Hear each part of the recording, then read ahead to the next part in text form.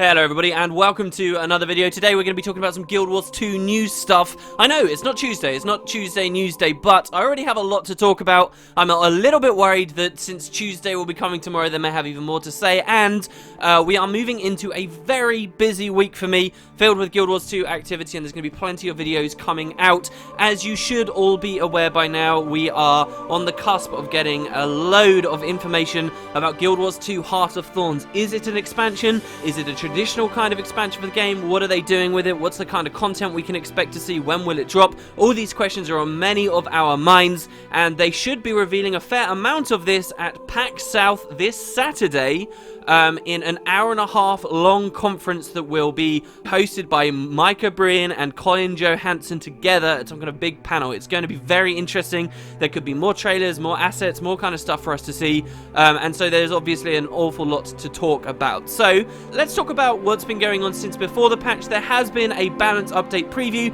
There have been a few things going on in the community that I'd love to point people to, and so yeah, let's get started with it. This should be a pretty good week. I have a lot of very cool things I want to show you guys.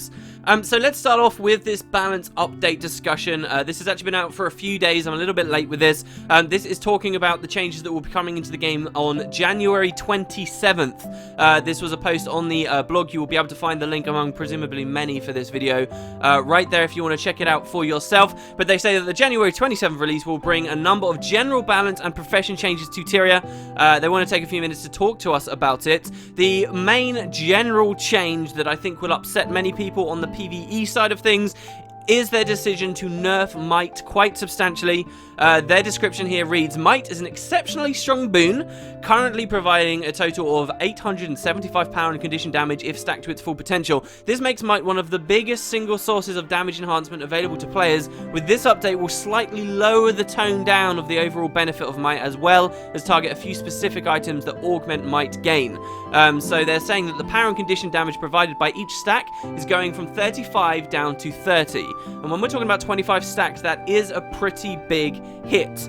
They don't elaborate further, and maybe I can elaborate further for them on why this has changed. You guys should remember, and this is one of the greatest disappointments for me about Guild Wars 2, but their balance is almost entirely done from a PvP perspective. Every now and then there will be something shoehorned into a balance update that addresses something in PvE, as you'll see with this exact one, with some changes to confusion in a second, but in general they are focused wholly on making sure the PvP environment is well balanced, and I will tip my hat to them. I think they do an incredible job at that. There's a great build variety and generally a rather striking balance in Guild Wars 2's PvP. For me, it just comes down to a question of the game type itself. But so this is why Might is being nerfed in this way. The idea of running hybrid builds, Celestial based builds, Celestial being the stat combo that gives you pretty much all the stats in the game. There's a sheer amount of an effectiveness of hybridization that was pretty much added to the game around the time of Strength Runes and a little bit before, has really affected and taken over the PvP meta. We don't really at the moment have a Guild Wars 2 where it's worth specializing very heavily into one line. Like, you don't see the completely insane all or nothing tank builds or complete insane all or nothing glass builds so much anymore as you used to, and there's less like specialization in this way, especially compared to the metas we had when Guild Wars 2 originally launched. I think what they're trying to do therefore with this nerf to Might is tackle the strength of running hybrid stuff all the time. Might is one of the biggest things that makes this stuff viable, because you can sort of splash out into a lot of stats and then just rely on the Might to give you those big chunky hits. Hambo Warriors, Celestial NGs, Dagger Elementalists, the list goes on. They're all using Might as best they possibly can. However, despite their decent intentions for this change, I personally as a player, I'm not too happy with the way they're choosing to tackle this issue. I think they should very strongly be culling in the ways people get Might, such as Strength Runes, such as the Sigil of Battle, which they did also touch, and I'll talk about in a second. I think that is what they should be focusing on far more, rather than actually nerfing the power of Might itself. I like the idea of having a Guild Wars 2 where each individual boon is very potent and means something and is somewhat rarer to get, rather than just sort of this big mess, this big blob of stuff that doesn't really feel like it's affecting things until you get all the way up to 25 might, for example. But that's just my opinion. I like the idea of having these very exciting moments where maybe only once out of every 100 hours you see someone get all the way up to 25 might, and that's insane, and you see it, and it's this huge snowball, and it's this ridiculous epic moment. But otherwise, in general, might levels tend to be very low, but the boon stays powerful. That'd be the way I'd rather see the game across all game types, but whatever. They're sort of going in the opposite direction here. We're going to just have this slushy pool of boons that don't really do very much, but are otherwise rather accessible. Alright, so talking about the PvE stuff, confusion has always been rubbish in PvE. They're upping the modifier on it by 33%, so it will be slightly more effective, but only in PvE. We all know it's actually very strong in PvP scenarios. As a player that fights the Triple Trouble Worm quite a lot, I suppose that'll be interesting to see husks. I am vaguely tempted to run some kind of troll Condi spec in a dungeon group at one point, just for the lulz of it, but I still doubt it will be a really considerable thing to think about for PvE. I like that they're still touching it though. They also have a small note here by saying, confused creatures generally don't swing as often. And we all know that most enemies in all of Guild Wars 2 have terrible AI and slow, clunky animations, and they barely ever attack at all. But I wonder if there is actually a component to them that does mean they use their abilities slower? If they're confused, it's kind of like this weird counterplay to confusion. Either way, whether that's nonsense or not, it's nice to see it get a buff, and a buff for only PvE at that. They are nerfing the Sigil of Battle, which was giving people a little bit too much might. It's going from 3 stacks to 2 stacks, nothing major here. I think it will still be viable in various scenarios. The other thing that they're nerfing, unrelated to what we've already discussed, is the Rune of the Nightmare, which had a tier 6 that would proc 2 seconds of fear on someone at like a 50% rate. It was actually really good. One of my favorite, my favorite Condi runes in the game. Really, really cool, but overpowered, and I totally accept that this tier 6 was overpowered. So they're halving the fear. It's going from 2 seconds to 1 second. And that seems pretty reasonable to me. I don't want to linger too much on many of these other things. You guys can find a link down below if you want to look at your profession-specific changes. A lot of it seems quite smart. Nothing absolutely totally game-changing. Mesma seems to have had a lot of quality of life. Again, the Mesma changes to me look like where they're improving illusion of life again. They're improving time warp again. It seems like they're trying to push things back to this old, very exciting meta we had, where you'd have like these crazy glass shatter Mesmas who nonetheless also had insane team support with their time warps and rezzing people and then counter spiking someone down, rallying their allies, and all these cool plays that we just don't see so much anymore, and that's kind of nice. So yeah, every class has got something. Mostly it's buffs, small buffs at that, and encouragements for people to run the stuff that they don't really run. Again, when you see that there is a greatsword buff in there, don't forget they balance for PvP, and in PvP, greatsword isn't that great. You can't quite go so ham. Okay, so moving on, the Point of Interest live stream did run. It has now returned. It will be coming back on its old schedule. Ready Up will be returning as well at the end of the month, about the same time that these balance updates drop. I did tune in for it. I tuned in with Matt Visual. We watched the entire thing. There wasn't anything amazing revealed on the live stream. I actually feel like ArenaNet are being very careful not to turn Points of Interest into this thing that people only tune into for like small hints. So remember, for a little while there, they were dropping these very interesting bombs about future patches. You know, they showed us that Abaddon image, and that was from Points of Interest. So of course they've just revealed this crazy thing, HOT, and everyone in the community is super pumped about it. They want to see there's some kind of hint. Nothing really came up. That said, it was an interesting live stream. They talked quite enthusiastically about what it was like to develop Season 2 of The Living Word. It was like Season 2 in retrospect, and even some of the finale stuff from Season 1. You know, now that we've seen it all, now that we know the direction they wanted to go in, they could talk much more candidly about how they were trying to set up stories, even back to when the Zephyrite were first added, and they had that song in the game talking about Glint, and we in the community all wanted more, but we won't go into the Crystal Desert straight away. They had to announce to us, oh, no, this is a setup for later, and we all got very depressed, but it turned out it was actually going to be paying off a lot sooner. You know, it was actually very interesting. There was some cool discussion in there. One of the main things that I would point out is a few people, I've jokingly tweeted about this and said, wait, hold on, who was E? Because many of us in the community, and I will hold my hands up, mistakenly believed that Season 2 was going to reveal the identity of E. You know, this mysterious character that has been pulling the strings in the background that they've been setting up for a long time. We thought we were going to get a payoff on this mystery. And it was actually many of us in the community misinterpreting what had been said, and this was specifically mentioned on the Points of Interest live stream. I believe the German, or one of the German community managers, Ramon Domk, I think that's how you say his name. Apparently he's a really cool guy, but he did an interview where he said, I was reading about Season 2, and as I was reading about Season 2, I discovered the identity of E. And so many of us then took that and misquoted it and Chinese whispers and stuff to believe, oh, Season 2 is going to reveal who E is, but that's not actually what they said. And so, you know, they were just talking about how the community can react to even tiny little hints and things like that, and things can spiral away. It was a cool live stream, and I'm glad to see it be coming back, especially considering they're bringing it back now when we think as a community, don't we, we're going into a Living World break.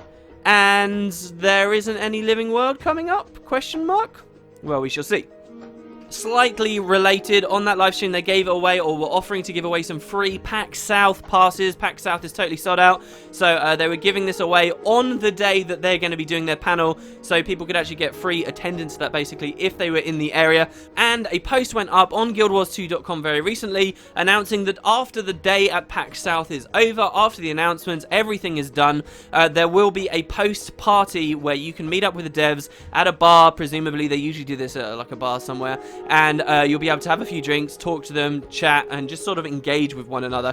ArenaNet have always been really cool. Whenever they've done some kind of event like this, they always have a, hey, let's meet the fans, let's have a bit of a party situation, and everyone that goes there always speaks very highly of it. Sometimes we get videos out of it, sometimes we get discussion out of it. I'll keep you guys posted with that. But again, for the very few of you who may be listening to me right now and who are actually attending this big event live, do remember there's going to be a party at the end of the day, and you can, you know, you can catch a beer with some of the devs.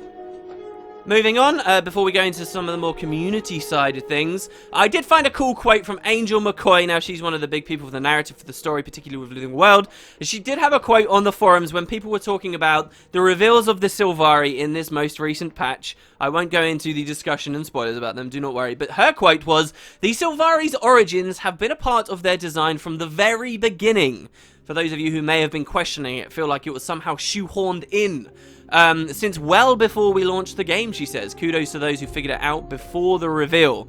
So yeah, this was planned. I think it was very well planned. I've seen some people going completely bonkers, saying it was like the greatest storytelling they've ever seen and that it had been set up for years and so forth. I don't know whether I'd go that far, but certainly it's probably the best example of ArenaNet like filtering story hints throughout their game that people paying attention very closely to can actually piece stuff together, and it has a real payoff, you know. I am definitely one of these people who I did like at least 3 different videos on this topic, big feature videos on this topic, one before launch, one after launch, one far later with Guild Wars 2 Mysteries. This has been a big thing, and always there have been doubters, there have been dissenters, there have been people who have been saying this cannot be true, and that's a really, really good thing. It means that they did just enough to convince some of us, not convince the rest of us, and that is exactly the way it should have gone. I bet that they enjoyed seeing those discussions unfold and the pros and the cons for many, many months now. It's nice to obviously have everything out on the table. Alright, so that's pretty much the ArenaNet stuff. I do want to mention a few community things and then just talk to you guys about what I'm doing this week or what's already out. So that Shaman does a lot of data mining on Reddit. I don't talk about him enough. It's some of the most fascinating stuff you can find out about the game that's not from the devs before it is added to the game. Really recommend you guys check out what's going on. So after most patches, he will look into the client, he will pull assets, he will find nuggets of information about things that may be coming in the future, mechanical stuff, map stuff, gem store stuff very frequently. The latest thing is a blindfold has appeared. It looks almost like what Ritlock's been wearing in these stories with him in the mist, but it's not necessarily exactly what he's been wearing. So it could be available for sale to us very soon. It has some kind of a symbol on it. A lot of people have been speculating what the symbol is. I had a friend who told me he thought it looked like the ancient Canthan symbol for blood. I personally don't buy that. I think it just looks very much like an old char rune. On the screen right now, you should be able to see an old battle decoder from the first game where you could see some of these char runes, and it looks very similar in style to me. But yeah, it looks like this will be something we're getting soon, and he does a whole bunch of awesome stuff. There should be footage from him of some outfits rolling in the background being pre-rendered so that we can see exactly what's coming. Sometimes things are a little bit off, like the crystals over the shoulder, but it should be very cool, and especially with such big updates coming soon, we should expect some cool stuff, right? Something a little bit out of the ordinary too, this is something I was reading this morning. There was a community member who very professionally went through, looked objectively at Guild Wars 2's user interface, even the website's interface, and redesigned it all. Redesigned it to be more user-friendly, to show more information, and to stick to ArenaNet's set art style and vision for their UI, and he did a phenomenal job. Again, you should be seeing me scrolling down through this at the moment. There is some some incredible stuff here. Gets you really excited about the potential of Guild Wars 2 having more UI tweaks and maybe some kind of an add-on system, which I thoroughly believe will never happen. But the amount of detail that has gone into this is incredible. And not only this, it's caused a lot of buzz, a lot of people are looking at it, and you know that probably means the devs are looking at it too. So it's kind of exciting to think that some of these radical and very cool ideas that are being displayed here could actually mean something for the game at some point. There will be a link to look at this full thing if you like. It's lengthy, but my god, is it a good look, and it will make you notice things about the UI and just say to yourself, huh, I really wish that was a part of Guild Wars 2, and they're not. Again, on the community side of things, Nike did make a post to Reddit. He didn't ask me about any of this, but I do think that these are the kind of things worth pushing. Once again, DNT is hosting another big PvE, competitive PvE tournament. This is called the Guild Wars 2 Trio Challenge, and this is their competitive PvE tournament. With this, you'll be able to have like 3 core members and actually be able to alternate people. It looks very interesting. Again, check out the link if you want to be a part of that, not even if you just want to apply to play. But this was actually a really big live event for the game last time something similar ran, and it's very fun to look at this kind of stuff on Twitch. This is going to be live on Twitch, March the 28th and the 29th, and I wanted to let you guys know about it. Again, more links down below. The final thing that I wanted to talk to you guys that was going on in the community really started and concluded about a month back now, is the fact that people have finally translated our only example of the Orrian language, or Orrian syllabary, that we have in all of Guild Wars 2. So there's a very interesting story about this. Obviously, in-game we have the idea of New Crichton. In fact, there's many languages and stuff that actually are fairly translatable. Well, it came out a fair while ago now. Matthew Medina stated that actually the Orrian language was at one point going to be a fully translatable thing in the game with many different examples. It was designed to be there, and supposedly everything was in place. However, and I quote, due to the challenge in using it and the difficulty in QA testing it, it was shelved during development. And because of this, as I read directly from Wiki here, only one model in the game actually demonstrates this language to us, and I believe it's on these little like pedestals or whatever out in the ore, and this was translated very excitingly recently. I thought I'd read it out to you guys. I had a blast reading it. It says, behold, traveller, the glory and the might that is Ore. Be it known that here in the mighty city of Arad, the gods did walk upon the earth, and teach mankind the nature of magic. Be it known that it is here that the brilliant and doomed Malkor carved their likenesses into the living stones, so that all may behold their might. Let the kings and queens of the other lands and lesser creatures witness our wonders and cry out in astonishment and humble themselves. Beware our mighty works. Mighty actually could be spelt wrong. Let this marker last an eternity.